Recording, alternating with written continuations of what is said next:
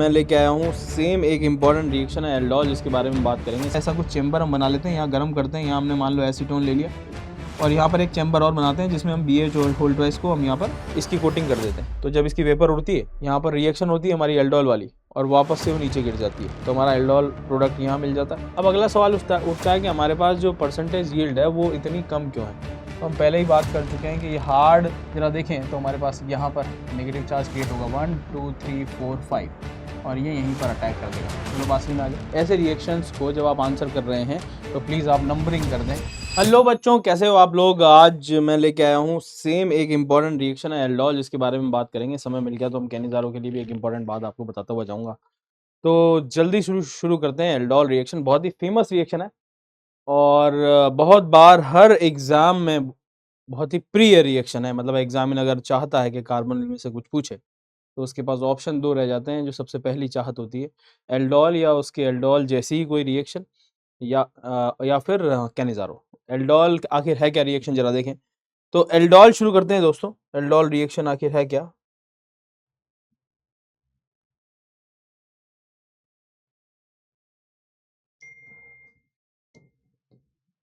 देखें जरा, एल्डोल के बारे में बात करते हैं।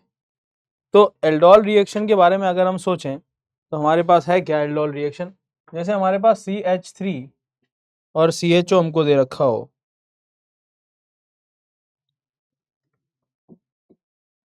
CH3 C double bond O और H हमको दे रखा हो और यहाँ पर हमको दिया जाएगा डाइल्यूट बेस, जैसे कि हमें NaOH दे दिया जाए डाइल्यूटेड, है ना, या KOH दे दिया जाए, या फिर हमें यहाँ दे दिया जाए BaOH होल ट्वाइस। कुछ भी हमारे पास यहाँ पर बेस दिया जा सकता है डाइल्यूट, ठीक है। और हमें प्रोडक्ट क्या देखने को मिलता है। प्रोडक्ट हमको देखने को मिलता है CH3 CHOH CH2 CHO। ये प्रोडक्ट में हमारे पास एल्डिहाइड भी है और OH भी है, इसलिए इस प्रोडक्ट को ald plus all equal to aldol बोलते हैं। मगर गजब की बात यह है कि ये रिएक्शन जो है, मैं पहले भी बता चुका हूँ जब मैंने HSAB थ्योरी पढ़ा था, कि रिएक्शन जो है उसकी यील्ड पुअर मिलती है। और पुअर मिलने का एक कारण मैं HSAB थ्योरी में तुमको बता चुका हूँ। अगर तुमने वीडियो नहीं देखा तो तुमको देखना चाहिए। यहाँ पर इसके बाद अगर मैं यहाँ से एक H और यहाँ से एक OH हटा दूँ तो ये हमारे पास -H2O होकर जिस स्टेप को हम बोलते हैं कंडेंसेशन, और हमें प्रोडक्ट यहाँ देखने को मिलता है CH3 CH double bond CH और CHO। ये अल्फा और ये beta with respect to this functional group, तो इसको बोलते हैं alpha beta unsaturated carbonyl compound, या एल्डिहाइड मैंने यहाँ लिख ही दिया तो कॉमनली कार्बोनिल कंपाउंड। और गजब की बात यह है कि यहाँ से यहाँ तक की जो रिएक्शन एल्डोल है ना, और ये जो है स्टेप जिसमें से छोटा मॉलिक्यूल कोई बाहर निकलता हो किसी स्टेप में, वाटर, अल्कोहल, अमोनिया, तो उसको हम क्या नाम देते हैं, कंडेंसेशन स्टेप बोलते हैं। ऑल टुगेदर अगर मैं देखूँ तो एल्डोल प्लस कंडेंसेशन, तो ये पूरी रिएक्शन एल्डोल कंडेंसेशन कहलाती है, ठीक है। इस रिएक्शन का ड्राइविंग फोर्स ही यही है। Condensation is the driving force of this reaction. मैं भी बताऊंगा तुमको क्यों, और HSAB में मैं ऑलरेडी तुमको बता चुका हूँ, लेकिन फिर भी हम इसकी बात करते हैं कि आखिर ऐसा क्यों है। तो अगर मैं मैकेनिज्म के द्वारा तुमको समझाने की कोशिश करूँ तो जरा देखना इसमें क्या हुआ है। कलर चेंज करें, जीवन में रंग भरें। तो हमारे पास CH3 C double bond OH दिया हुआ है और हमने यहाँ पर मान लीजिए कि बेस ले लिया OH माइनस। अब OH माइनस मैं तुमको पहले ही बता चुका हूँ, OH माइनस के पास दो काम हो सकते हैं। यहाँ पर आप यहाँ देख सकते हैं कि OH माइनस जो है वो पार्शियल पॉजिटिव चार्ज यहाँ भी अटैक कर सकता है, जो मोस्ट ऑब्वियस हमको लगता है कि न्यूक्लियोफाइल इलेक्ट्रोफाइल के पास अटैक करना चाहिए। लेकिन अगर वो यहाँ अटैक करता है तो हमारे पास यहाँ बनता है CH3 CO माइनस H और OH। ये टेट्राहेड्रल इंटरमीडिएट किसी काम का नहीं, क्योंकि यहाँ पर इंटरनल न्यूक्लियोफाइल है जिसको हम माँ का नाम देते हैं, और यहाँ पर हमारे पास अल्कोहल है। तो हम जानते हैं कि अगर माँ बाजू में हो तो ना तो अल्कोहल टिक सकता है, नहीं X। यहाँ X है तो भी जाएगा, OH है तो भी जाएगा, मतलब कोई भी लिविंग ग्रुप यहाँ से लीव करता है। तो अब ये इंटरनल न्यूक्लियोफाइलिक अटैक करके या तो R को भगा सकता है, या H को, या फिर इस पूरे OH को। इन तीनों में से बढ़िया लीविंग ग्रुप अभी तो ऑक्सीजन पर नेगेटिव चार्ज होना ही है, तो रिएक्शन वापस से पीछे चली जाती है, किसी काम की नहीं रहती। इसलिए हमने कहा था कि यहाँ पर हमारे पास न्यूक्लियोफिलिक अटैक OH का होना किसी काम का नहीं, क्योंकि यहाँ पर एक ऐसे टेट्राहेड्रल का निर्माण होता है जो कि वापस रिवर्स होकर पीछे चले जाता है। रिएक्शन का कोई सिग्निफिकेंस नहीं है इस रिएक्शन का, समझ में आ गया। इसलिए इस पर न्यूक्लियोफिलिक अटैक हम नहीं करवा रहे हैं। जब हमारे पास OH माइनस का अटैक न्यूक्लियोफिलिक पॉसिबल नहीं रहा, इसको काट देते हैं, ये कहानी अब नहीं होने वाली है। तो अब हम दूसरा पाथवे सोच रहे हैं कि अब OH माइनस अगर एज न्यूक्लियोफाइल अटैक ना कर पाया, तो अब हमारा दूसरा काम है इसको एज बेस अटैक करवाना। और अगर बेस देखूं तो यहाँ पर हमारे पास यही एक H है जो कि रेजोनेंस करता हुआ दिख रहा है हमें। तो यहाँ से अगर ये OH माइनस इस H को लेके चले जाए तो माइनस H2O करते हुए, और हमारे पास यहाँ बन जाएगा CH2 माइनस CHO, ये हमारे पास बन जाएगा। ये स्टेप कैसा है दोस्तों? रिवर्सिबल स्टेप है, समझ में आ गया। ये हमारे पास कौन सा है? रिवर्सिबल रिएक्शन है, ABR रिएक्शन है, एसिड बेस रिएक्शन है। इसको मैंने दे दिया स्टेप 01, और इसका अगर मैं K इक्विलिब्रियम लिख दूं तो मैंने K1 कह दिया है, सॉरी यहाँ पर मैं कह देता हूँ इसको K2 बैकवर्ड रिएक्शन का, और इसका फॉरवर्ड रिएक्शन का रेट कांस्टेंट हमने ले लिया K1, ये हमारे पास बन गया। अब जब मैं CH2 माइनस को देखता हूँ, या मैं इसको अगर मैं ओपन करूँ, तो हमें साफ नजर आ रहा है कि ये एक इनोलेट आयन है, इनोलाइजेशन हुआ होगा। इसको रेजोनेंस करा सकता हूँ तो हमें एक इनोलेट भी मिल जाएगा यहाँ पर, और वो आ जाएगा O minus H double bond, है ना। अब यहाँ पर हमारे पास ये जो आयन है, ये जो हमारे पास ABR हुआ है, ये एसिड बेस रिएक्शन कोई बढ़िया एसिड बेस रिएक्शन नहीं है दोस्तों, है ना। तो यहाँ पर हमारे पास ये अच्छी बात है कि ये जो इनोलाइजेशन हुआ है, दिस इज पार्शियल इनोलाइजेशन, और ये इसका होना इंपॉर्टेंट है। जरा सोचो, अगर इसी जगह पर मैं NaH ले लिया होता, या फिर मैं LDA ले लिया होता, दोनों बहुत ही तगड़े बेस हैं और नॉन न्यूक्लियोफिलिक है। ये न्यूक्लियोफाइल की तरह एक्ट नहीं करते दोनों, लिथियम डाइआइसोप्रोपाइल एमाइड और NaH दोनों ही नॉन न्यूक्लियोफिलिक बेस हैं। तो यहाँ पर लगभग हमारे पास इनोलाइजेशन 100% होता। तो तुम देख रहे हो कि बेस भी हमने कुछ ऐसा ही चूज किया है जो कि पार्शियल इनोलाइजेशन करके और इनोलेट हमारा बना है, और कुछ सबस्ट्रेट बचा रह जाए। अगर हम ये वाला बेस लेते जो कि बहुत तगड़ा है, अगर मैं रिएक्शन को फास्ट करना चाह रहा हूं, तो अगर दिक्कत यह है कि यहाँ पर ये रोकेगा ही नहीं, ये ABR करेगा और 100% इनोलाइजेशन कर देगा, तो हमारे पास एल्डोल के लिए अब सबस्ट्रेट ही नहीं बचेगा। तो वेरी इंपॉर्टेंट बात, आप बेस ऐसा चूज करें जो कि पार्शियल इनोलाइजेशन करे, ना कि कंप्लीट इनोलाइजेशन। क्या हमारी बात समझ में आ गई? इसलिए हमने चूज किया OH माइनस, जो कि उतना अच्छा बेस नहीं है compare to NaH and LDA, है ना। इसके बारे में हम बात कर चुके हैं HSAB थ्योरी में, इन दोनों के बारे में प्लीज जाके वो वीडियो देख लें, आपको बहुत काम आने वाला है। CH2 माइनस CH हो गया। अब क्योंकि ये पार्शियल इनोलाइजेशन है, तो इसमें ऑब्वियसली कुछ सबस्ट्रेट बचा हुआ ही होगा, और बचा हुआ ही होगा, तो अब यहाँ पर हमारे पास होने क्या वाला है, जरा देखो, बहुत ही खराब सी बात है, जरा समझना इस बात को, कि यहाँ अगर मैं देखूं इस नेगेटिव चार्ज को, तो हम जानते हैं, जो कि मैं HSAB थ्योरी में तुमको पढ़ा के भी आया हूं, कि रेजोनेंस करता हुआ कार्बन आयन है, और रेजोनेंस करता हुआ कार्बन आयन जो है वो कैसा होता है? सॉफ्ट न्यूक्लियोफाइल होता है। और ये जो एल्डिहाइड का पार्शियल पॉजिटिव चार्ज है, ये हार्ड इलेक्ट्रोफाइल है। तो अब देखो, मजबूरीवश हमको क्या करवाना पड़ रहा है, यहाँ पर हमें सॉफ्ट और हार्ड का कॉम्बिनेशन कराना पड़ रहा है। इसलिए एल्डोल का जो यील्ड होता है वो कैसा मिलता है? पुअर मिलता है, क्योंकि यहाँ पर हमारे पास हार्ड एंड सॉफ्ट कराने के अलावा हमारे पास कोई और चारा नहीं है। इस बात को और समझने के लिए जरा इस बात का ध्यान देते हैं कि अगर मान लो मैंने यहाँ पर CH3Cl ले लिया होता इस जगह पर, इस इनोलाइजेशन कराने के बाद, अब इससे पूछा जाता कि बताओ क्या करोगे, सॉफ्ट है, तो इसकी चाहत होती कि ये इसको छोड़कर इस पर अटैक करता, और एल्काइलेशन ऑफ इनोलेट या सी एल्काइलेशन ऑफ इनोलेट यहाँ पर हो जाता। बोलो, बात समझ में आ गया? तो ये वाली इसकी चाहत होती, क्योंकि यहाँ पर सॉफ्ट इंटरेक्शन होता, और यहाँ सॉफ्ट हार्ड इंटरेक्शन होने की वजह से ये वाली यील्ड हमको पुअर मिलेगी। अब मजबूरी है, करता मरता क्या ना करता, अब यही करना पड़ेगा। इसलिए हमको समझ में आ गई, जब मैं आगे तुम्हें बात करूंगा कि इसकी यील्ड क्यों पुअर है। तो आप पहला रीज़न ये बताएंगे कि आप इसमें हार्ड एंड सॉफ्ट का इंटरेक्शन आप करा रहे हैं, इसकी वजह से जो है पुअर यील्ड मिल रही है। अगर आप इसे बेटर सॉफ्ट इलेक्ट्रोफाइल का ऑफर देंगे तो ये उसे चूज करेगा, ना कि इसे। क्या मेरी बात समझ में आ गई?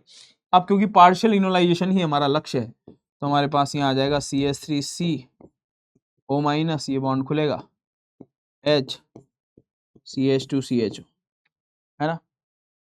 वाटर हमारे पास कहानी में है, तो इसे मैं H दे सकता हूँ, और यहाँ आ जाएगा हमारे पास CH3CHOH, CH2CHO। ये हमारे पास बन गया beta hydroxy carbonyl compound.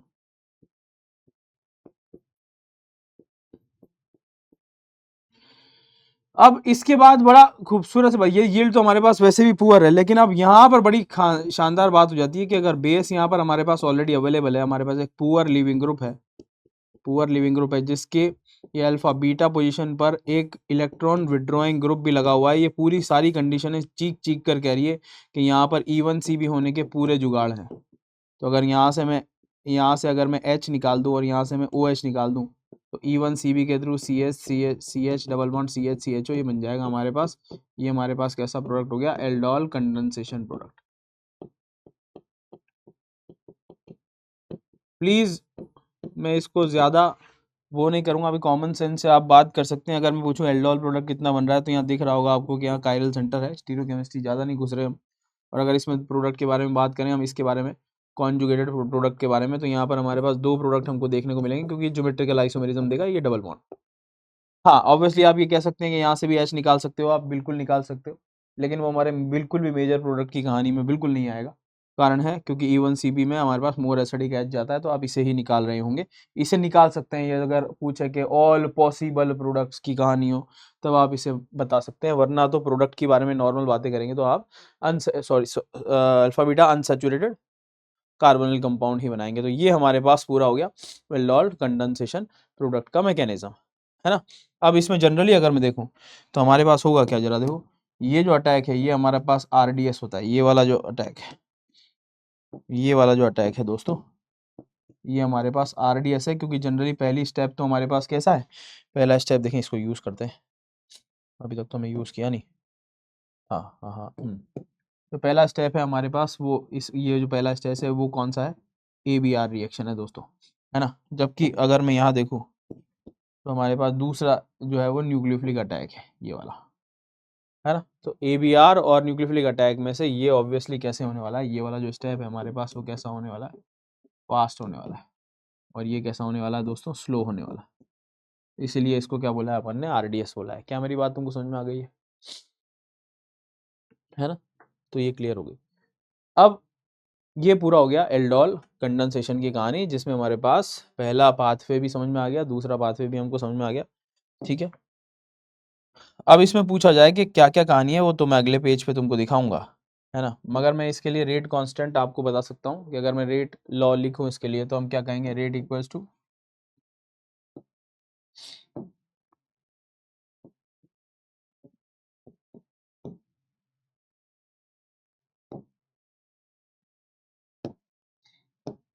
Directly proportional to, अरे अरे ये क्या हुआ भाई?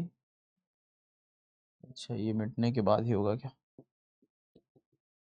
रेट इक्वल्स टू, इसका मैं रेट कांस्टेंट लिख देता हूँ। K1 तो बैक फॉरवर्ड का है, K2 बैकवर्ड का है, तो इसका मैंने लिख दिया K। तो K into concentration of this is CH2CHO, इसके बारे में बात कर रहे हैं। This is a conjugate base, तो इसकी रेट ऑफ इस पर डिपेंड करने वाली है ना, और इसकी कॉन्सेंट्रेशन पर भी डिपेंड करेगी, CH3CHO, है ना। अब इसकी कॉन्सेंट्रेशन अगर आप लोगे तो इसकी कॉन्सेंट्रेशन आप पहले स्टेप से लिख सकते हो, rate of forward reaction equal that would be equal to rate of backward reaction. तो अगर मैं यहाँ देखूँ फ्रॉम स्टेप 1, तो हम यहाँ कह सकते हैं रेट ऑफ फॉरवर्ड रिएक्शन मतलब CH3CHO ये ले लूँ और OH माइनस ले लूँ इंटू K1 ले लूँ, and that would B K2 into concentration of, ये ले लिया मैंने, इसको सीधे सीधे कॉन्जुगेट बेस लिख दूँ। ये रहा कॉन्जुगेट बेस, ये कॉन्जुगेट बेस है। अब कॉन्जुगेट बेस की इसकी कॉन्सेंट्रेशन मैं यहाँ लिख देता हूँ, मतलब इसकी कॉन्सेंट्रेशन हम यहाँ पुट कर दें, तो हमारे पास जो फाइनली हमको मिलेगा वो क्या हो जाएगा, रेट इक्वल्स टू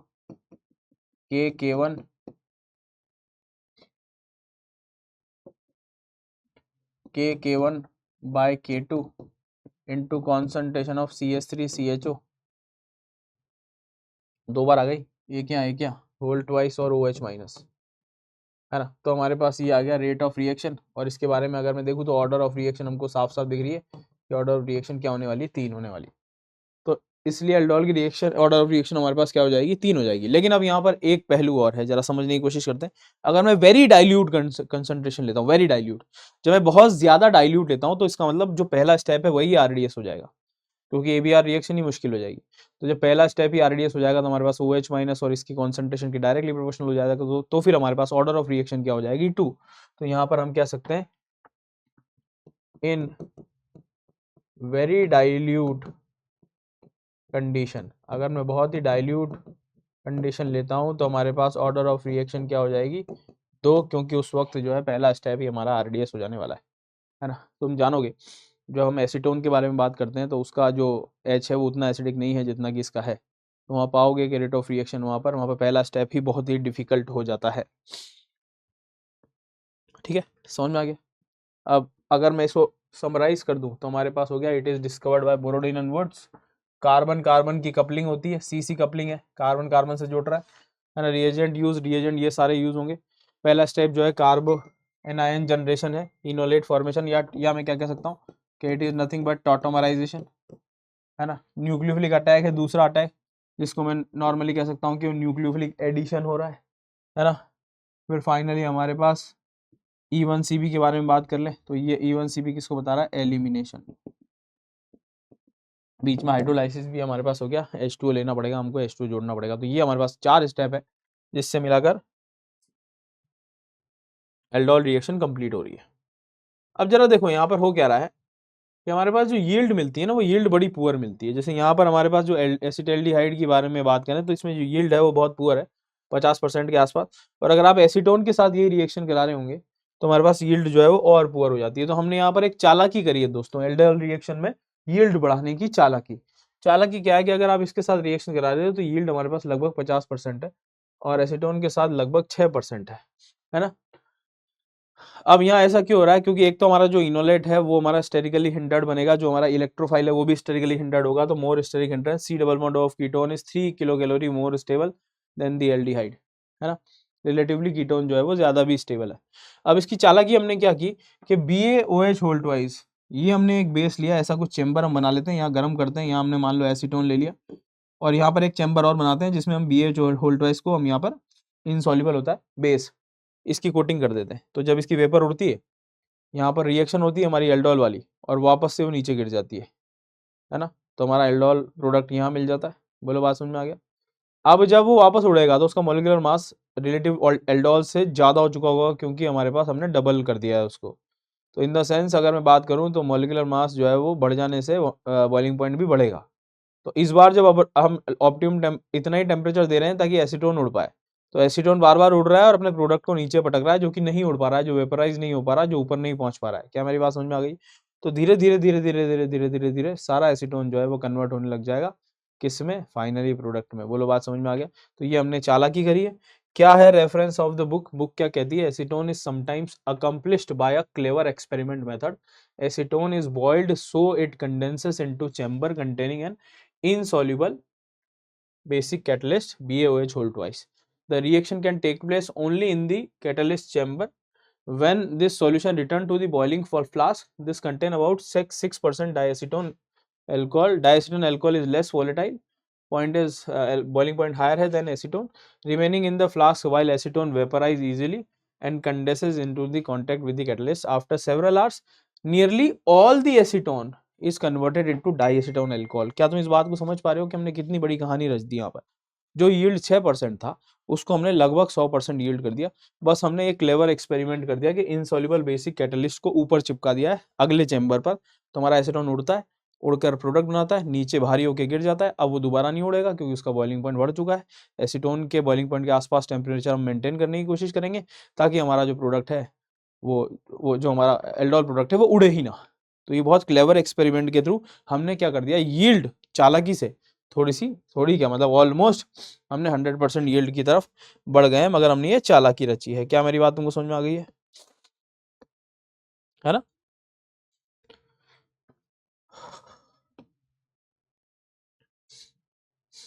अब अगला सवाल उठता है कि हमारे पास जो परसेंटेज यील्ड है वो इतनी कम क्यों है। तो हम पहले ही बात कर चुके हैं कि ये हार्ड,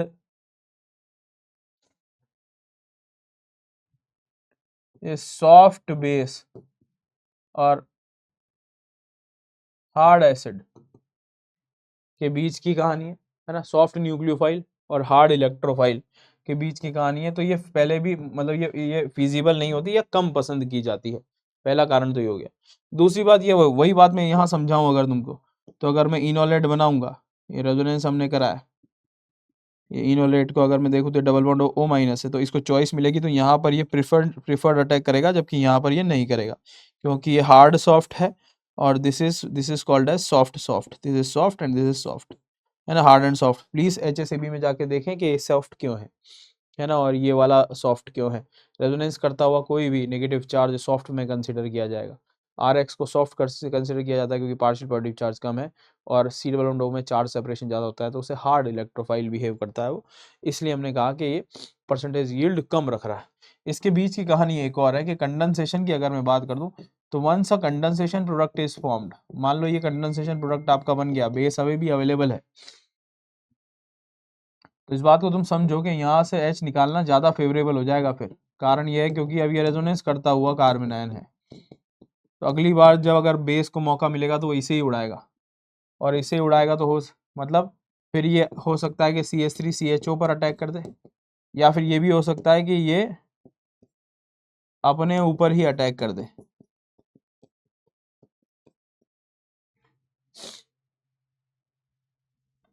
अपने ऊपर ही अटैक कर दे दोस्तों।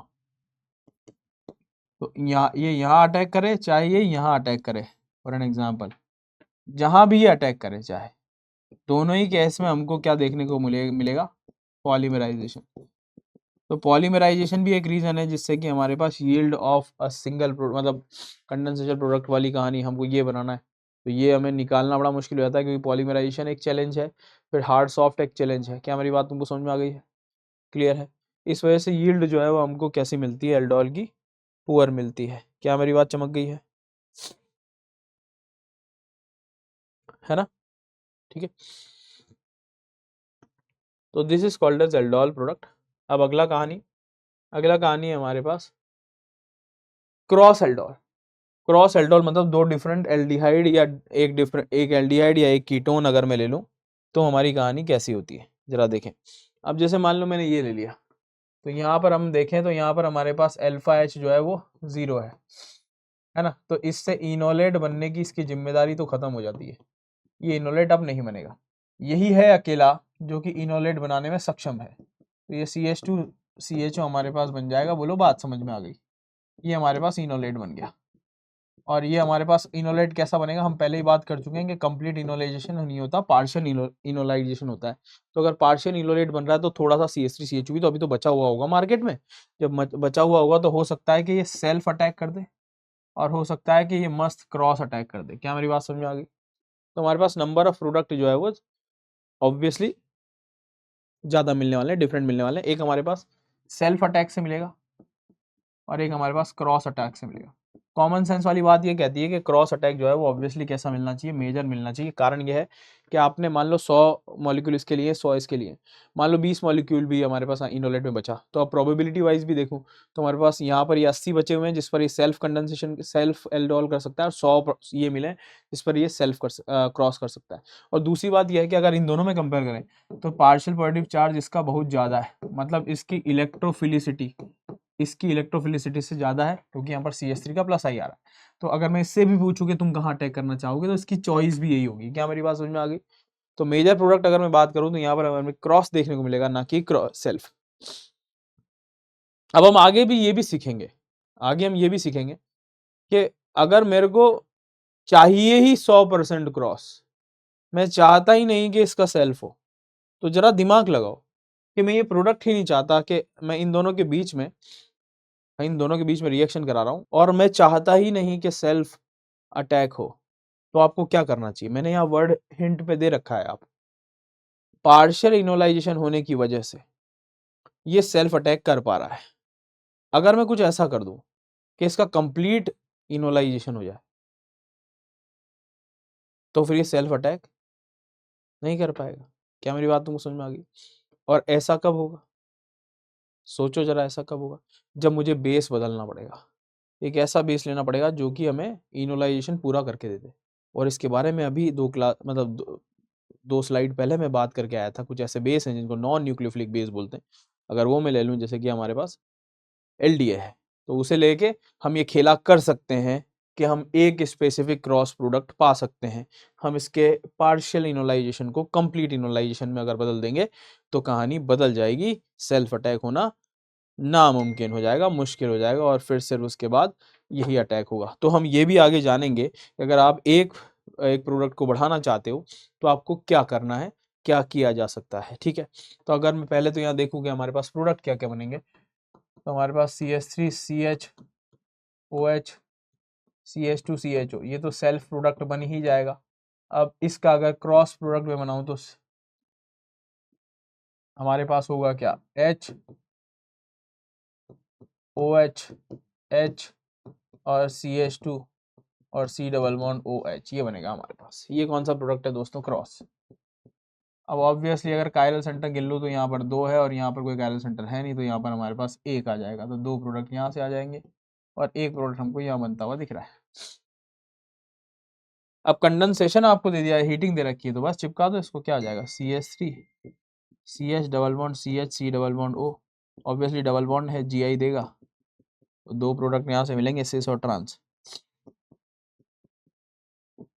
प्लस हमारे पास सेल्फ क्रॉस अटैक से हमारे पास यहाँ बनेगा CH2 double bond CH C double bond OH। इसमें कोई हमें Gi देखने को नहीं मिल रहा है, तो यहाँ पर हमारे पास सिर्फ एक ही प्रोडक्ट मिलेगा जो हमको दिख रहा है। क्या हमारी बात समझ में आ गई? तो ये कौन सा प्रोडक्ट हो गया, हमारा क्रॉस प्रोडक्ट हो गया। क्या आप लोगों को समझ में आ चुका है? इस तरीके से हम क्रॉस प्रोडक्ट बनाते हैं, है ना। और एग्जाम्पल लेके एक बार समझते हैं कि हमारे पास है क्या, जरा समझें।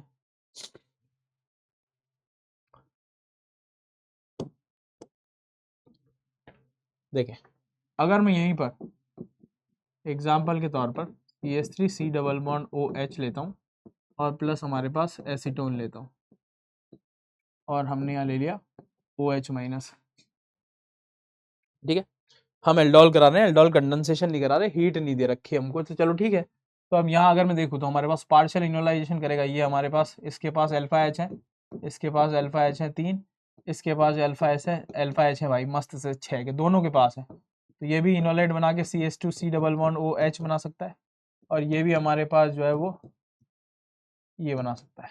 तो अब हमारे पास देखो 2 तरीके के इनोलेट हो गए। तो अब यहाँ पर कहानी क्या कहती है, अगर मैं यहाँ देखूँ तो हमारे पास क्या पॉसिबिलिटी है, ये अटैक कर दे खुद पर और ये अटैक कर दे खुद पर, तो हमारे पास 2 तो सेल्फ अटैक पॉसिबल है, और दूसरा हो सकता है ये अटैक कर दे इस पर और ये अटैक कर दे इस पर। तो हमारे पास 2 क्रॉस प्रोडक्ट भी पॉसिबल है। समझ में आ गया? तो यहाँ नंबर ऑफ प्रोडक्ट हमको समझ में आ जाना चाहिए। तो अगर मैं यहाँ प्रोडक्ट बनाऊँ तो भाई ये वाला प्रोडक्ट तो हम कई बार बता चुके हैं, CS ये हो गया हमारे पास CH2 CHO, ये हमारे पास सेल्फ प्रोडक्ट है एल्डोल का, एल्डोल पर अटैक। अगर मैं यहाँ देखूँ तो हमारे पास ये आ जाएगा CH2C double bond O CH3, ये हमारे पास इसका इस पर अटैक। तो ये दोनों प्रोडक्ट जो है हमारे पास कैसे हो गए, सेल्फ प्रोडक्ट हो गए। क्या मेरी बात समझ में आ गई? और अगर मैं क्रॉस बनाना चाहूँ कि इसका उस पर अटैक, तो जिस पर अटैक हो रहा है पहले उसे बना लो, है ना, ये था। अब ऑब्वियसली इस पर अटैक हो रहा है इसका, तो ये जब अटैक करेगा तो O माइनस खुलकर OH बनेगा। तो सिंपल सी बात है, यहाँ पर O माइनस खुल के OH बनेगा और फिर इसे जोड़ दो एज इट इज। तो ये हमारा कैसा प्रोडक्ट हो गया, क्रॉस प्रोडक्ट। अब इसमें हमने इसको न्यूक्लियोफाइल लिया था, इसको इलेक्ट्रोफाइल लिया, अब उल्टा कर लेते हैं, है ना। तो जिस पर अटैक होता है उसके O को खोल दो, OH बना दो, और अगले वाले को चुपचाप जैसा है वैसा जोड़ दो, CH2C double bond O CH3। ये प्रोडक्ट कैसा है दोस्तों, ये भी प्रोडक्ट हमारा क्रॉस है, ये भी प्रोडक्ट कैसा है, क्रॉस है। तो ये हमारे पास क्रॉस और क्रॉस 2 प्रोडक्ट हमको मिल गए। कायरल सेंटर गिनना चाहो गिन लो, यहाँ से हमारे पास प्रोडक्ट कितने बनेंगे, 2। यहाँ से अगर मैं देखूँ तो कोई कायरल सेंटर है नहीं, 1, यहाँ अगर देखूँ कोई कायरल सेंटर है नहीं, एक, यहाँ अगर मैं देखूँ तो कायरल सेंटर हमको दिख रहा है एक, तो यहाँ पर आ जाएगा 2। तो आंसर यहाँ देखूँ तो हमारे पास आगे टोटल 6। क्वेश्चन ये पूछ सकता है कि बताओ एल्डोल प्रोडक्ट है, टोटल कितने बने, तो आप टोटल में नाम लेंगे 6। और अगर मैं पूछूँ ऑप्टिकली एक्टिव कितने, तो 2 यहाँ 2 यहाँ, कितने हो गए 4 ऑप्टिकली एक्टिव। ऑप्टिकली इनएक्टिव कितने बने, तो आप कहेंगे 2। अगर तुमसे पूछा जाए एनेंटियोमर पेयर कितने बने, तो हमारे पास आंसर है 2, एक ये रहा और एक ये रहा। अगर मेरे से पूछा जाए FAFD, fractions after fractional distillation, fractions after fractional distillation का मतलब है कि जितने प्रोडक्ट मिले उन्हें बॉइलिंग पॉइंट के बेसिस पर अगर सेपरेट करूं तो कितने बीकर भरेंगे, मतलब कितने डिफरेंट बॉइलिंग पॉइंट वाले मॉलिक्यूल हैं इसमें। तो यहाँ अगर मैं देखूँ तो एनेंटियोमर्स जो होते हैं वो एक ही बीकर में पाए जाएंगे, तो एक बीकर इसका भरेगा, एक इसका और एक इसका। तो FAFD जो है 4 फ्रैक्शंस हमको देगा। इसको निकालने का तरीका भी है कि टोटल माइनस एनेंटियोमर पेयर, टोटल हमको मिल गए 6, एनेंटियोमर पेयर हो गए 2, तो आंसर क्या आ जाएगा दोस्तों 4। इस तरीके से डिफरेंट डिफरेंट सवाल इससे रिलेटेड पूछे जा सकते हैं।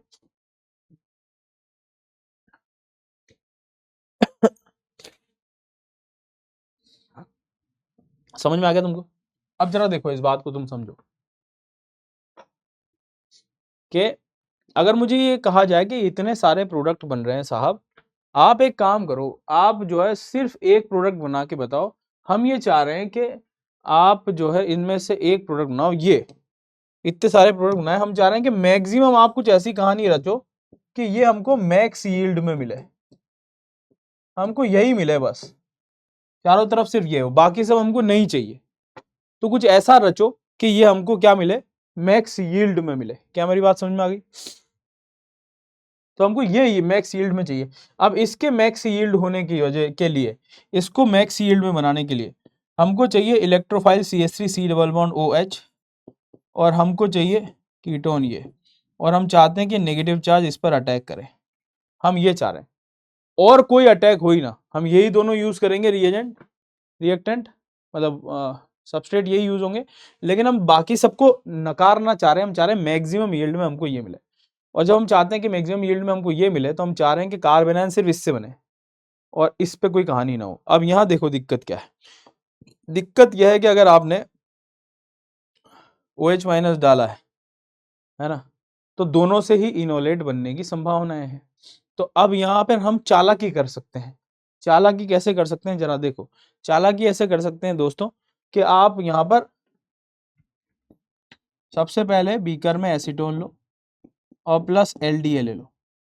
ये कौन है जानते हो ना, नॉन न्यूक्लियोफिलिक बेस है, ये नॉन न्यूक्लियोफिलिक बेस है। अब ऑब्वियसली मैं फिर से बोल देता हूं, ये वाली कहानी तो सत्य होगी नहीं। क्यों नहीं होगी? क्योंकि इससे जो टेट्राहेड्रल इंटरमीडिएट बनेगा, फिर वही कहानी हो गई, वो नाइट्रोजन वो देखो, फिर वही कहानी हो गई कि वो इंटरनल न्यूक्लियोफिलिक अटैक करके ये अनस्टेबल टेट्राहेड्रल इंटरमीडिएट बना रहा है। तो ये रिएक्शन का कोई सिग्निफिकेंस है नहीं। तो it is only that's why this LDA is only act as base. तो और इतना तगड़ा बेस है, N- है, उस पर आइसोप्रोपाइल ग्रुप भी लगे, तो फिर ये अटैक तो पॉसिबल होता नहीं। तो this can only act as base. तो यहाँ से हमारे पास H लेके जाता है, और जब H लेके जाता है तो इतना तगड़ा लेके जाता है कि सिर्फ और सिर्फ इनोलेट ही बनाता है। 100% यही रहेगी कहानी, सिर्फ यही रहेगी कहानी। अगले पेज में तुमको समझाता हूँ, मजा आएगा तुमको। कि हमारे पास ये है C डबल बॉन्ड O, और मैंने क्या किया, चालाकी रची और LDA मैंने ले लिया। LDA में ले लेता हूं तो इसमें हमारे पास इनोलाइजेशन हो जाएगा, हमारे पास लगभग 100% इनोलेट ही बन गया है। इतनी तगड़ी रिएक्शन है। फिर क्या करो आप, जब एक बार इनोलेट 100% बन ही गया है, जब इनोलेट 100% बन ही गया है, तो फिर आप यहाँ क्या करो, slowly drop by drop CH3CHO डालो। तो अब देख लो, आपका LDA बेस यहाँ पर इतना ही इक्विवेलेंस लिया है कि इसने कार्बोनाइल बना के समाप्त हो गया। तो यहाँ पर हमारे पास LDA जो समाप्त हो गया इस स्टेप में, है ना। हमारे पास पूरी कहानी में सिर्फ क्या है, सिर्फ और सिर्फ कार्बोनाइन बचा हुआ। आप स्लोली ऐड करोगे CH3CHO, थोड़ा बहुत LDA भी होगा, तो यहाँ स्लोली स्लोली अटैक करेंगे तो चारों तरफ कार्बोनाइन ही रहेंगे, और कार्बोनाइन जो है फटाक से रिएक्शन कर देंगे CH3CHO पर, और हमको सिर्फ जो है वो यही देखने को मिलेगा, CH3CHO minus CH2 C double bond O और CH3। अब इसका हम H2O के साथ जो है वो H यहाँ पर चिपका देंगे। तो ये एक चालाकी हो गई जिसमें हमारे पास मैक्स यील्ड सिर्फ इसी की मिलेगी, सिर्फ यही मिलने वाला है ना। हमने क्या किया कि CS इसका जो है वो हमने पार्शियल इनोलाइजेशन की जगह हमने क्या करा दिया, कंप्लीट इनोलाइजेशन करा दिया, है ना। एक और कहानी है ना, एक और कहानी है कि इससे पहले वाले सवाल में जब हमने एक के साथ अल्फा एच लिया था और दूसरे के साथ अल्फा एच नहीं लिया था, कहाँ गया, इससे पहले मैंने कुछ ऐसा ही लिया था, हाँ। ये वाली कहानी में भी अगर मैं देखूँ तो हमारे पास प्रोडक्ट तो मिल ही रहे हैं ना, ये हमारे पास प्रोडक्ट मिल रहे हैं, क्या मेरी बात समझ में आ गई। और इसमें सेल्फ प्रोडक्ट भी हमको मिल रहा है। अब अगर मैं सेल्फ प्रोडक्ट यहाँ नहीं चाहता हूँ तो मैं भी यहाँ पर भी चालाकी कर सकता हूँ। क्या चालाकी कर सकता हूँ कि HCHO लूँ, है ना, और ये भी कर सकता हूँ उल्टा कि मैं इसके साथ LDA ले लूँ। अब देख लो LDA इसका कुछ नहीं बिगाड़ सकता क्योंकि इसके पास अल्फा एच ही नहीं है और न्यूक्लियोफिलिक अटैक करना इसके भाग्य में नहीं है, तो ये कुछ नहीं कर रहे फिर ये आपस में। फिर हम क्या करें, drop by drop, drop by drop आप डाल दो जो भी आपको अल्फा एच वाला है, CH3CHO डाल दो। तो जैसे ही आप एक ड्रॉप गिरेगी धम, LDA उस पर टूट पड़ेगा, कार्बोनाइन बनाएगा और इस पर अटैक करवा देगा। क्या मेरी बात समझ में आ गई। तो हमको यहाँ पर जो है वो सिर्फ और सिर्फ क्रॉस प्रोडक्ट देखने को मिलेगा। क्या मेरी बात तुमको समझ में आ गई,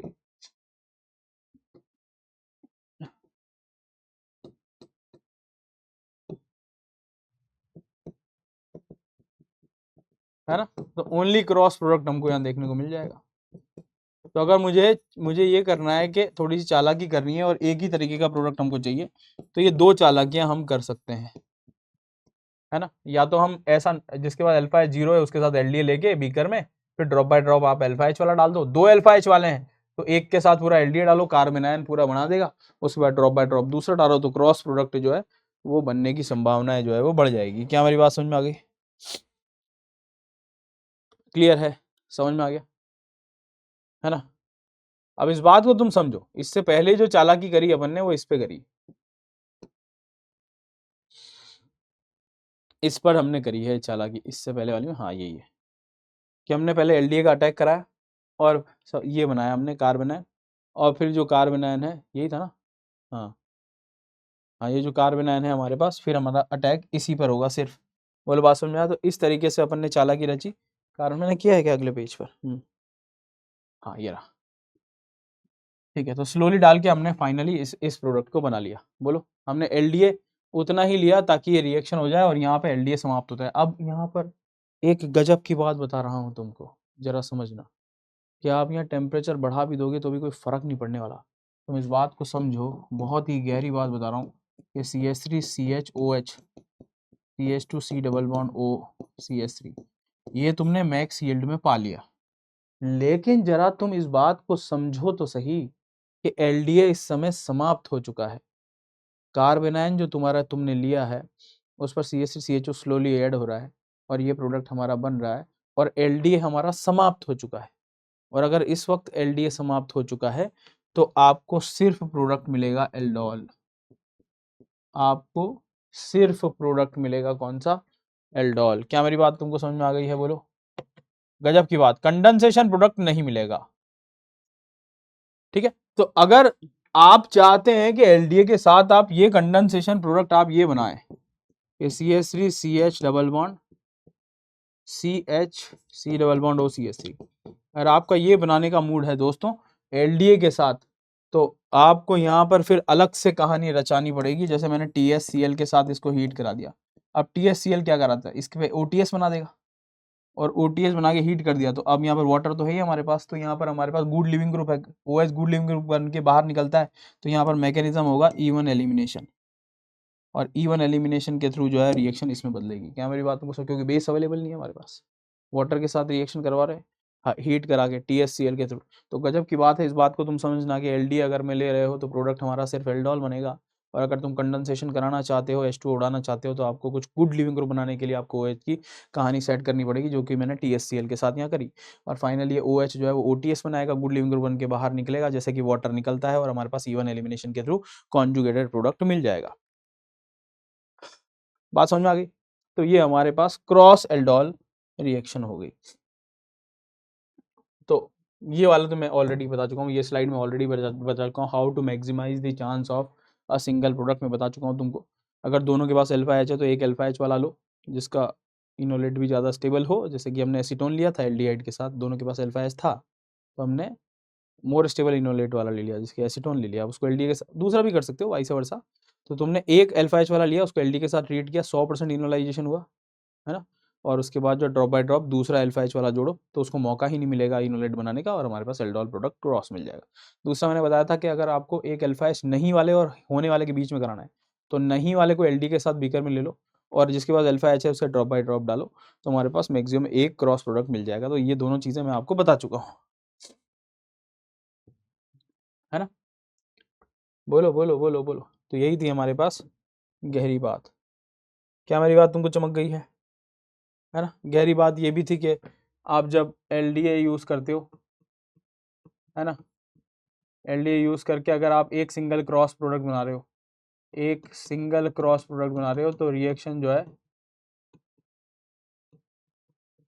तो रिएक्शन रुक जाती है कहाँ पर एल्डोल पे जाके रुकेगी नॉर्मली। अब उसके बाद तुम अगर एल्डोल कंडेंसेशन कराना चाह रहे हो तो हमने THCl लेके रिएक्शन कराई, ये गहरी बात है। और गहरी बात ये है कि मैकेनिज्म इवन है क्योंकि बेस अवेलेबल नहीं है स्ट्रॉन्ग, सिंपल सी बात है भाई, है ना। तो ये दो बातें हो गई, ये भी हो गई। अब नेक्स्ट कहानी आती है इसकी इंट्रामोलिकुलर एल्डोल के लिए। इंट्रामोलिकुलर एल्डोल, तो इसमें हम क्या करने वाले हैं जरा दोस्तों देखो जरा, कि हमें ध्यान रखना है कि इंट्रामोलिकुलर एल्डोल है, इसका मतलब इनोलेट भी अंदर ही बनने वाला है और इलेक्ट्रोफाइल भी अंदर है। और यूजुअली जब आप एल्डोल इंट्रामोलिकुलर करा रहे होते हैं तो आपको रिएक्शन जो है वो एसोसिएट करके दी जाती है ओजोनोलाइसिस के थ्रू, क्योंकि आप ओजोनोलाइसिस से आप बॉन्ड तोड़कर दो एल्डिहाइड एक कीटोन या दो कीटोन बनवाते हैं और उसके बाद चुपके से OH माइनस हीट देते हैं जैसे कि क्वेश्चन नंबर 2 में दिया हुआ है। वैसा देकर आपको एल्डोल कंडेंसेशन इंट्रामोलिकुलर करवाने पर मजबूर किया जाता है। इस कहानी में हमारे पास रिंग फॉर्मेशन होगी पक्का, तो आप इस बात का ध्यान दें कि अगर रिंग फॉर्मेशन के बारे में आप ध्यान दें कि आप सबसे पहले 6 मेंबर को प्रेफर करेंगे, फिर 5, फिर 7, फिर 4, फिर 3, है ना। रिंग की स्टेबिलिटी है तो आप इसी बारे में बात करेंगे, 6, 5, यही यहाँ तक की हमारी कहानी हो जाएगी। कीटोन्स जो है वो थर्मोडायनेमिकली ज़्यादा स्टेबल इनोलेट बनाते हैं क्योंकि अल्फा एच ऑब्वियसली ज़्यादा होता है। यहाँ देखिए हमारे पास ये इसका जो अगर मैं इनोलेट बनाऊंगा तो थर्मोडायनेमिकली ज़्यादा स्टेबल होता है इसका enol compare to the aldol, मतलब ये एल्डिहाइड का इनोल। तो ऑब्वियसली ये ज़्यादा स्टेबल है क्योंकि इसके पास अल्फा एच है, इसके पास अल्फा एच है नहीं, हाइपर कॉन्जुगेशन नहीं हो सकता। इसलिए गजब की बात यह है कि अगर आप कभी फंस जाएं और अगर आपके पास एल्डिहाइड और कीटोन दोनों हैं विद इन दी मॉलिक्यूल तो आप इनोलेट बनाएं किसके साथ, कीटोन के साथ, मोर स्टेबल इनोलेट। और इसी के साथ इलेक्ट्रोफाइल बेटर कौन है, एल्डिहाइड। तो दोनों कहानियां हमारी सेट हो जाती है कि मोर स्टेबल इनोलेट बनता है कीटोन से और मोर इलेक्ट्रोफिलिक एल्डिहाइड पर हम अटैक करवा रहे होते हैं। तो जब आप इंट्रामोलिकुलर एल्डोल कराएंगे तो इस बात का ध्यान रखेंगे। पहला, दूसरा क्वेश्चन, तीसरा क्वेश्चन इसी पर बेस्ड है। जरा देखें तो हमारे पास यहाँ पर नेगेटिव चार्ज क्रिएट होगा 1 2 3 4 5 और ये यहीं पर अटैक कर देगा। बोलो बात समझ में आ गया। ऐसे रिएक्शंस को जब आप आंसर कर रहे हैं तो प्लीज़ आप नंबरिंग कर दें, यहाँ से 1 2 3 4 5 ये हो गया हमारे पास और ये बॉन्ड ऐसा खुल जाएगा।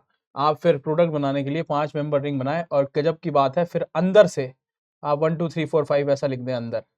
अब बड़ा आसान हो जाएगा हमारे पास ये जज करना कि 1 पर हमारे पास CHO लगा हुआ है तो 1 पर हमारे पास एक CHO लग जाएगा, 2 पर कुछ नहीं है, 3 पर कुछ नहीं है, 4 पर कुछ नहीं है, 5 पर हमारे पास OH है, 5 पर हमारे पास OH है ना। अब इसका कंडेंसेशन बनाना है तो ऑब्वियसली आप क्या करेंगे, कॉन्जुगेटेड प्रोडक्ट बनाएंगे तो यहाँ से हमारे पास डबल बॉन्ड लग जाएगा। क्लियर है, कोई दिक्कत वाली बात नहीं है।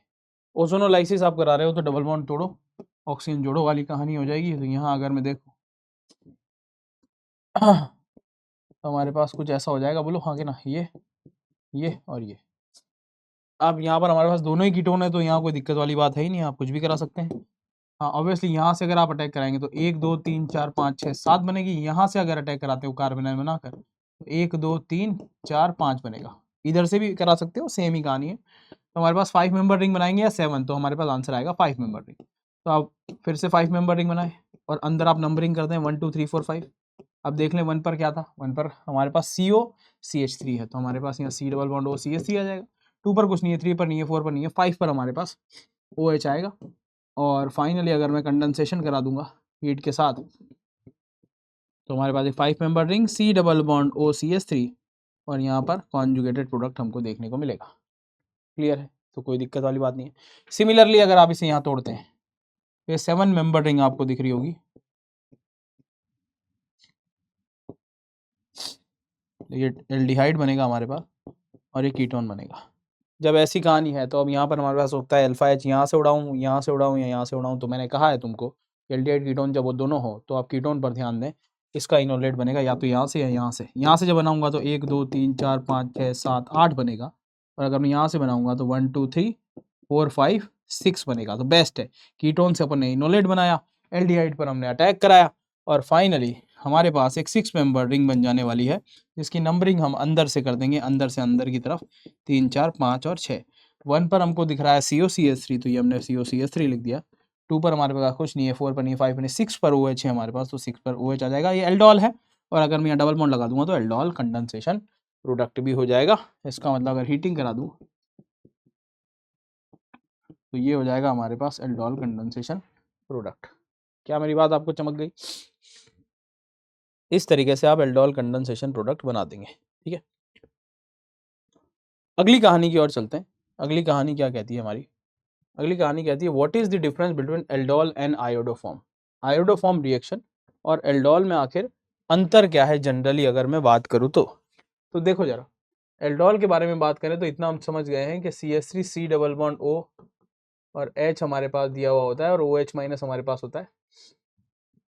सबसे पहले आप OH माइनस के साथ ABR रिएक्शन कराते हो, तो यहाँ CH2 और C डबल बॉन्ड OH बनता है, और उसके बाद पार्शियल इनोलाइजेशन की वजह से अटैक स्वयं पर होकर और हमारे पास यहाँ बनता है CH3CO माइनस HCH2CHO, और इसको H2O मैंने दे दिया, तो यहाँ CH3CHOH CH2CHO ये बन जाता है फाइनली एल्डोल प्रोडक्ट।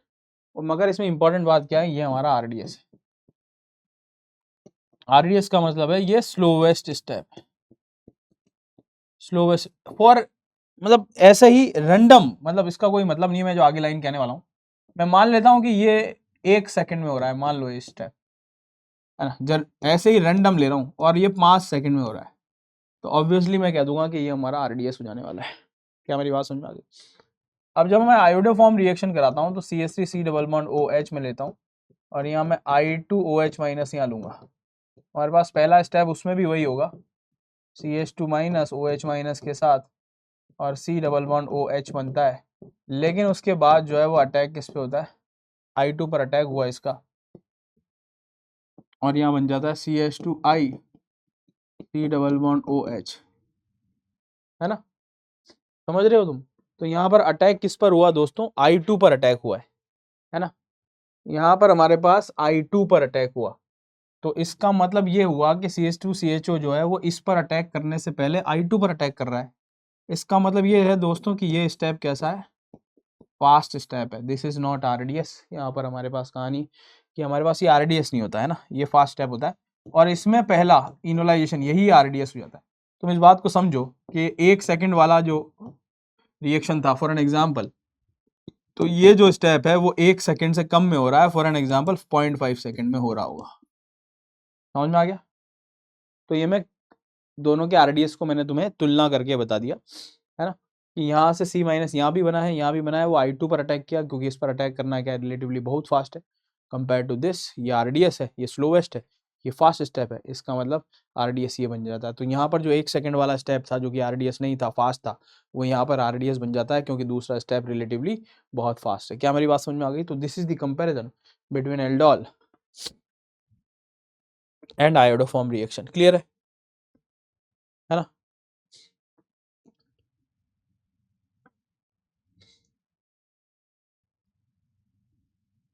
चलो अब और बातें कर लेते हैं। देखो एक और बात यहाँ पर मैं समझा देता हूँ तुमको। कई बार आपको जो है नाइट्रो एल्डोल साइनो एल्डोल भी दिया जाता है, जैसे कि मान लो ये दे रखा है प्लस HCHO दे रखा है ना, OH माइनस आपको दे रखा हो, या फिर ये नहीं तो CH3CHO भी दे रखा हो, तो भी कोई फ़र्क नहीं पड़ता। अल्फा H जीरो हो तो भी कोई फ़र्क नहीं पड़ता, अल्फा H नॉन ज़ीरो हो तो भी कोई फ़र्क नहीं पड़ता, क्योंकि इन दोनों में से ज़्यादा एसिडिक कौन है अगर मैं देखूँ, ऑब्वियसली ये वाला जो H है वो ज़्यादा एसिडिक है। तो इसमें हो चाहे इसमें हो, दोनों के ही केस में हमारे पास जो इनोलेट बनेगा वो यहीं से बनेगा। और इनोलेट तो दोनों ही केस में ये बनने वाला है क्योंकि मोर एसिडिक एच वही है। और दूसरी बात यह है, खूबसूरत बात यह है दोस्तों, शानदार बात यह है कि ये जो है नॉन न्यूक्लियोफिलिक है, नॉन इलेक्ट्रोफिलिक है, मतलब इस पर अटैक नहीं होता। मतलब सिंपल सी बात है कि आप इस पर अटैक कराओगे तो इस पर कोई खास इलेक्ट्रोफिलिसिटी देखी नहीं जाती है, तो आप यहाँ से अटैक कराओगे तो भी यहीं अटैक होगा बढ़िया आराम से, है ना। और इसमें मेजर यही वाला क्रॉस होगा, क्रॉस प्रोडक्ट जो मैं बता रहा हूँ तुमको, ये मेजर होने वाला है। ऑब्वियसली सेल्फ अटैक बनेगा क्या, बनेगा, लेकिन वो माइनर बनेगा। ये एच बहुत ज़्यादा एसिडिक है तो इसका इनोलेट बनना बहुत मज़ेदार होने वाला है। और यहाँ पर भी आप यहाँ देखें तो नेगेटिव चार्ज क्रिएट करके आप यहाँ पर अटैक करेंगे। यहाँ तो बहुत बढ़िया है, अल्फा एच है ही नहीं, लेकिन अगर अल्फा एच हो भी तो भी जो नाइट्रो है उसके बाजू वाला एच जो है वो ज़्यादा एसिडिक होता है, इसलिए वो वहाँ पर कार्बन आयन बनेगा। और मेजर प्रोडक्ट इसी का, ये जो मैं बना रहा हूँ उसी का क्रॉस एल्डोल बनने वाला है। मतलब यहाँ पर अगर मैं देखूँ तो हमारे पास जो हमारे पास प्रोडक्ट बनने वाला है वो ये बनेगा और ये मेजर बनेगा। कारण है NO2 के बाजू वाला एच जो है वो ज़्यादा एसिडिक होने वाला है। क्या हमारी बात तुमको चमक गई, है ना। अब जरा देखें अगली कहानी, जरा देखें acid catalysed aldol. Acid catalysed aldol, ये बढ़िया लग रहा है हमको, एसिड कैटलाइज्ड एल्डोल। अगर यहाँ देखें एसिड कैटलाइज्ड एल्डोल में अगर मैं देखूँ तो हमारे पास क्या हो रहा है, तो सबसे पहले इनोलेट बनने वाला है। ये हमारे पास इनोलेट बनेगा एसिडिक मीडियम में, है ना। और ये स्वयं के कीटोन पर अटैक कर सकता है इस तरीके से, है ना। तो हमारे पास यहाँ प्रोडक्ट बन जाएगा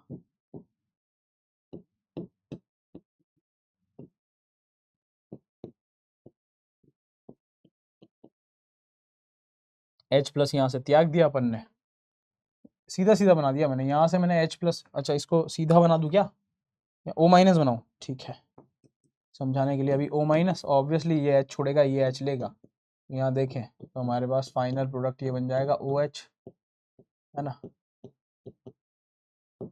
और ये सॉरी, यहाँ पर हमारे पास हो जाएगा डबल बॉन्ड O, ठीक है। और कॉन्सेंट्रेट है तो ये OH गुड लिविंग ग्रुप बन के बाहर जाएगा और ये H जो है वो H2O लेकर चला जाएगा या HSO4 माइनस लेके चला जाएगा। तो इस केस में हमारे पास एल्डोल कंडेंसेशन प्रोडक्ट इसमें भी बन सकता है और वो डबल बॉन्ड O और ये डबल बॉन्ड, तो ये एल्डोल कंडेंसेशन प्रोडक्ट यहाँ पे भी बनता है। बस ये मैकेनिज्म जो यहाँ होने वाला है वो E1 होने वाला है, ना कि E1CB जैसा कि बेस में होता है दोस्तों। तो ये अंतर है हमारे पास। ये हमारे पास कैसा है, एसिड कैटलाइज्ड एल्डोल कहते हैं इसको। बोलो बात समझ में आ गया, क्या बोलते हैं इसको, एसिड कैटलाइज्ड एल्डोल बोलते हैं इसको। ऐसे समझाने के लिए इसको ऐसा मैकेनिज्म पूरा ऐसा तमीज़ से समझाएं अगर, तो इसको ऐसे तमीज़ से समझा सकते हैं कि भाई ये H टॉटोमराइज करेगा, मतलब ये OH बनेगा और ये डबल बॉन्ड बनेगा, है ना। और इस जगह पर जरा देखो ब्यूटीफुली, अगर मैं तुमको समझाऊँ कि यहाँ हुआ क्या है मैकेनिज्म को पूरा एक्सप्लेन करते हुए, तो जरा समझना, यू विल अप्रिशिएट दिस। यहाँ पर हमारे पास good leaving group OH2 plus बन गया होगा, है ना।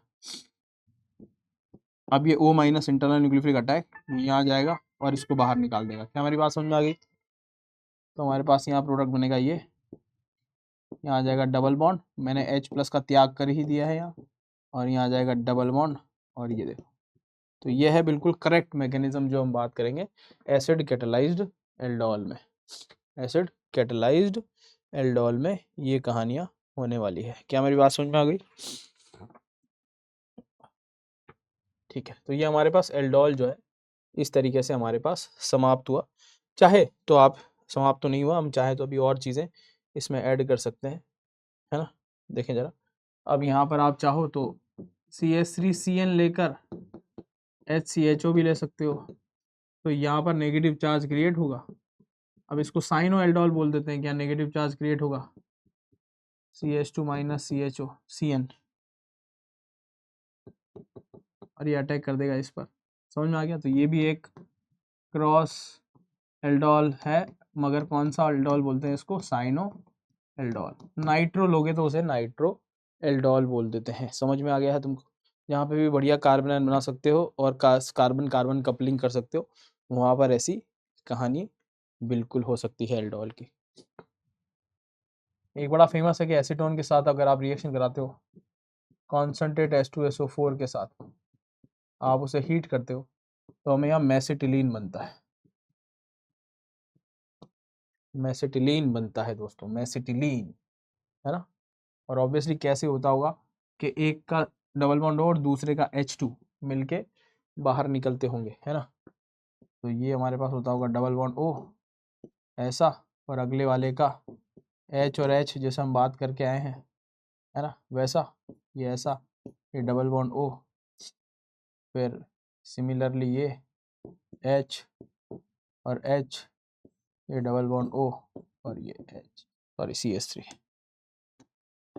तो कंडेंसेशन में हम यही तो करते हैं, वाटर मॉलिक्यूल ही तो बाहर निकालते हैं, है ना। और ये H और H तो मेसिटिलीन बन जाता है यहाँ पर कॉन्सेंट्रेट H2SO4 के साथ अगर आप रिएक्शन कराते हो, है ना। और अगर यहाँ पर डाइल्यूट HCl अगर आपको दे रखा हो, या मतलब HCl दे रखा हो आपको यहाँ पर सिर्फ HCl दिया हुआ हो, है ना, डाइल्यूट भी दे सकता है, और यहाँ दे दे डाइल्यूट H2SO4 हीट, तो हमारे पास यहाँ पर फिर आप ये बनाएंगे, इसका नाम है मेसिटाइल ऑक्साइड। और अगर मैं मोल्स और यूज़ कर लूँ, इसके 1 मोल और यूज़ कर लूँ, तो फिर हमारे पास ये प्रोडक्ट भी देखने को मिलता है दूसरी तरफ से।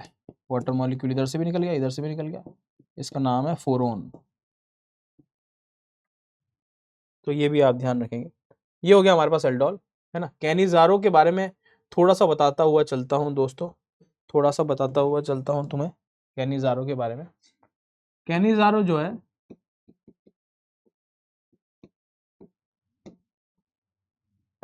कैनिजारो रिएक्शन में हमारे पास अल्फा जीरो वाला लेते हैं, मतलब ये हम ले लेते हैं HCHO, कॉन्सेंट्रेट H2SO4 के कॉन्सेंट्रेट KOH के साथ आपने रिएक्शन कराई, है ना।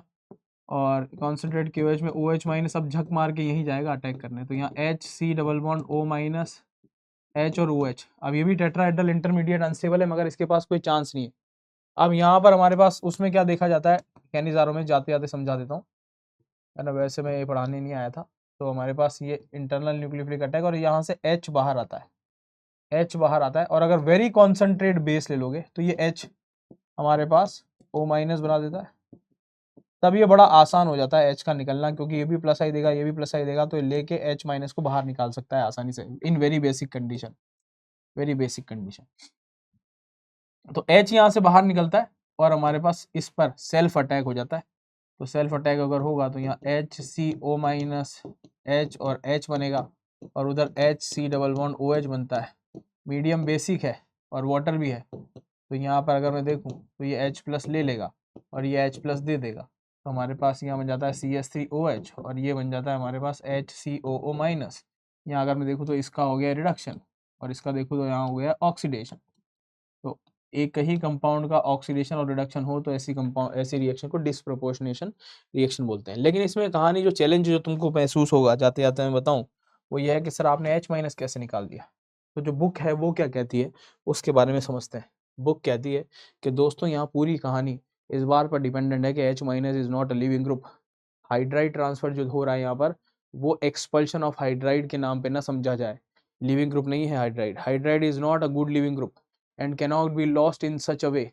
However, if there is an electrophile positions in exactly the proper place to accept the hydride, अगर हाइड्राइड के एकदम मतलब H के जस्ट पास कोई लेने वाला हो तो H ट्रांसफर होता है वहां, है ना। It can be transferred to step by simultaneously reduces the receptor aldehyde and oxidizes the donor aldehyde. In fact, if there is a way to hold the hydride acceptor in such a right position, the reaction would be much easier, because the requirement for ordering the reaction is such the correct way entropy would be satisfied automatically.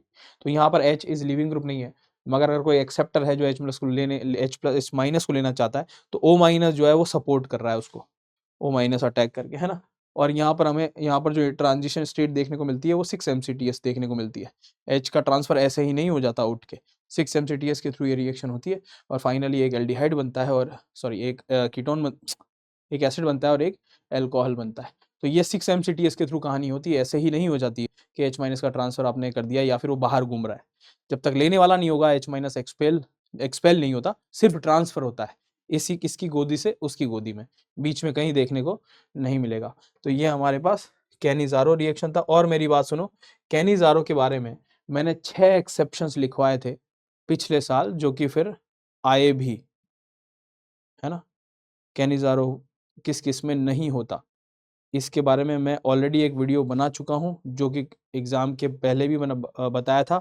बाद में exam में जब आया तब भी मैंने उसको बनाया कि भाई मैंने ये 6 बताए थे और उनमें से 4 आ गए हैं। तो अगर वो वीडियो देखना है तो आप देख सकते हो जाके कि कैनिज़ारो के इम्पोर्टेंट चीज़ मैं ऑलरेडी बता चुका हूँ ऑन द ओलंपियाड वाला चैनल, तो तुम जाके वहाँ देख सकते हो। ठीक है, दिस इट। और बस इतना ही था आज के लिए। इम्पोर्टेंट बातें मैंने तुमको बता दी, एल्डोल की, कैनिज़ारो की बातें बता दी, है ना। This it. और ये हमारा एल्डोल और कैनिज़ारो का टॉपिक, कैनिज़ारो नहीं समझा, एल्डोल। तो दिस इट, मिलते हैं अगले सेशन में, तब तक के लिए स्वस्थ रहें, मस्त रहें, आनंद रहें, bye bye, take care, see you.